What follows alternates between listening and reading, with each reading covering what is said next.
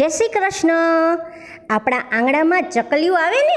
હા, ચકલીઓ તો સવારમાં આવે, વહેલી સવારમાં ચી ચી કરતી આવે ને દાણા ચણતી હોય. ચકી હોય અને ચકો હોય. તો આજે હું સરસ મજાની ચકીબેનની વાર્તા કહીશ. એક હતી ચકી અને એક હતો ચકો. ચકી લાવી ચોખાનો દાણો અને ચકો લાવ્યો મગનો દાણો. પછી તો ચકીબેને બનાવી ખીચડી. ખીચડી તો એવી સરસ, એવી મીઠી મીઠી સુગંધ આવે ખીચડીની. આહા હા હા. ચકીબેનને એમ થયું કે હમણાં જ જમી લઉં. તો ચકાભાઈને કીધું, હાલો હાલો, કેવી સરસ ખીચડી થઈ ગઈ છે. પછી તો ચકીબેન પાણી આરે ગયા તો માટલામાં પાણી નહીં. તો ચકીબેન કે હાલો હું હમણાં પાણી ભરી લઉં. ચકીબેન તો પાણી ભરવા માંડ્યા. પાણી ભરીને આવે ને પછી રસોડામાં જોયું ને તો તપેલામાંથી ખીચડી ગાયબ. એને એમ કે આ ખીચડી ક્યાં ગઈ? ચકીબેન પાણી ભરતા હતા ને એટલી વારમાં ચકાને બહુ ભૂખ લાગી હતી ને તો ચકો રસોડામાં આવીને બધી ખીચડી ખાઈ ગયો.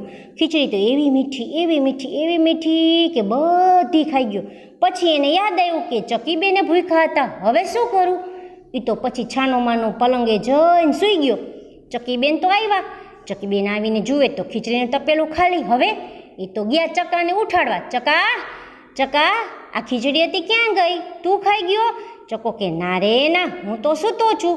એ તો ઓલો રાજાનો કૂતરો આવ્યો હોય ને એ ખાઈ ગયો હશે. ચકીબેન તો ગયા રાજા પાસે. રાજાને કે રાજાજી, રાજાજી, તમારો કૂતરો આવીને મારી બધી ખીચડી ખાઈ ગયો. રાજા કે ના રે ના, એ કે મારો કૂતરો તો અહીંયા બાંધેલો છે, કોઈ નથી ખાઈ ગયો. રાજાએ ચકા અને ચકી બેયને બોલાવ્યા. ચકાને એ ખીજાણા, સાચું બોલ.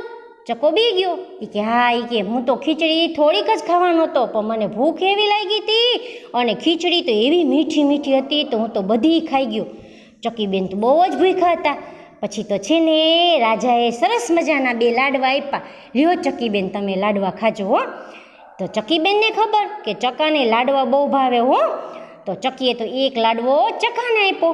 ઘરે જઈને 2 લાડવા ખાતા હતા ને તો ચકાને એમ થયું કે ચકી ભૂખી છે. તો એણે થોડોક લાડવો ખાધો ને 1.5થી વધુ લાડવો ચકીબેનને દઈ દીધો. ચકીબેને તો લાડવો ખાધો. પછી ચકાએ ને ચકીએ માટલામાંથી મીઠું મીઠું પાણી પીધું અને પછી 2 પલંગે જઈને રજાઈ ઓઢીને સૂઈ ગયા.